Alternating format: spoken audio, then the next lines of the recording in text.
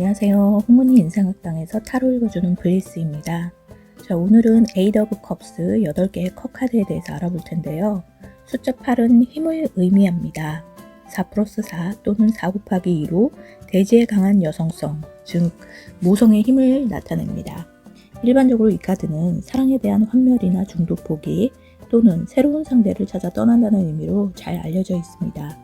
앞서 5개의 컵 카드에서 컵 3개가 쓰러져 있는 것을 보았는데 컵이 쓰러진 것은 사랑의 신뢰나 사랑하는 마음이 일부 무너진 것으로 해석할 수 있습니다. 하지만 8개의 컵 카드에서는 사랑을 버리고 떠난다고 해도 컵을 단 하나도 무너뜨리지 않고 모두 똑바로 세워두고 가는 모습을 볼 수 있습니다.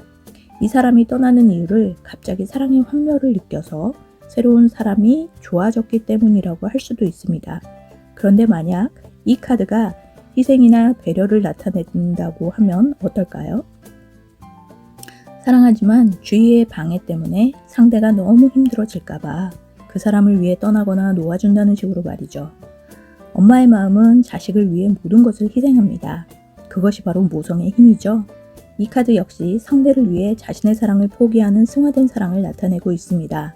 층층 계단으로 흘러내리는 강물 역시 사랑의 거친 장애물들을 보여주고 있으며 하늘에 떠있는 보름달과 하얀 달에 겹쳐진 이중성은 사랑하기에 떠난다는 얄궂은 명제처럼 그림 속 주인공의 슬픈 마음을 대변해주고 있습니다.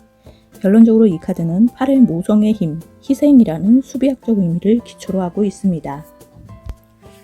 에이드 오브 컵스의 키워드는 매듭을 짓고 다시 전진하는 변천을 의미합니다.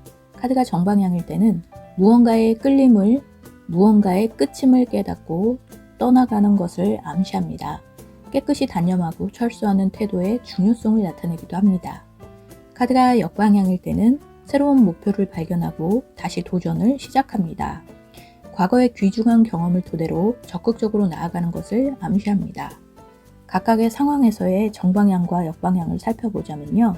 현재 상황에서 정방향은 정점을 지난 상태, 정답을 찾는 시기, 변화하는 타이밍. 카드가 역방향일 때는 다시 시작합니다. 방치했던 것을 되돌아보는 시기입니다. 감정운에서 정방향은 다른 것에 흥미를 느낍니다. 만족되지 않는 마음, 다음 단계로 나아가고 싶습니다. 카드가 역방향일 때는 다시 한번 도전하고 싶은 의욕이 생깁니다. 깨달음을 얻습니다. 도전정신.